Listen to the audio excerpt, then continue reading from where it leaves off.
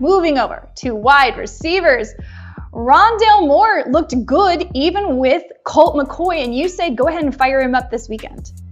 And the last couple of matchups on paper have not been good for Rondale Moore, but he has been very good. 14 plus points in 3 straight games, 31 targets in that time, and now there's no Zach Ertz.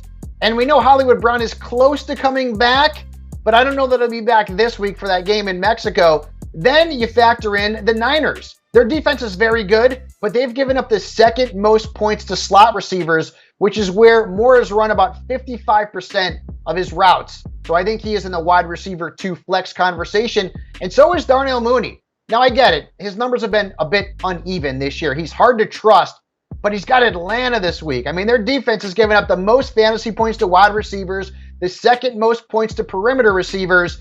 Justin Fields is the hottest quarterback, not only in the NFL, but on the planet right now. So Darnell Mooney is a very good play this week.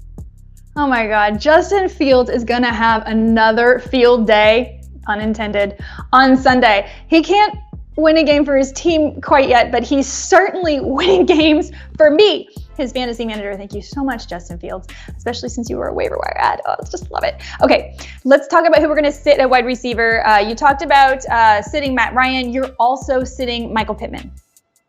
Pittman's more of a beware. Now, I told you to sit him last week. He didn't have a great game. It was Paris Campbell who had a big game, and of course, Jonathan Taylor.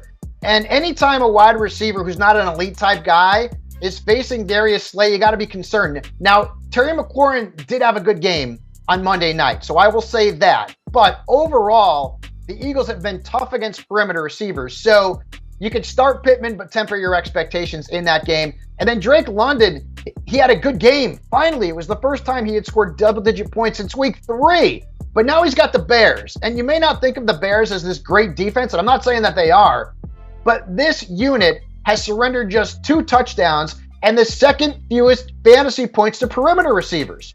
So I think Drake London is a risk this weekend.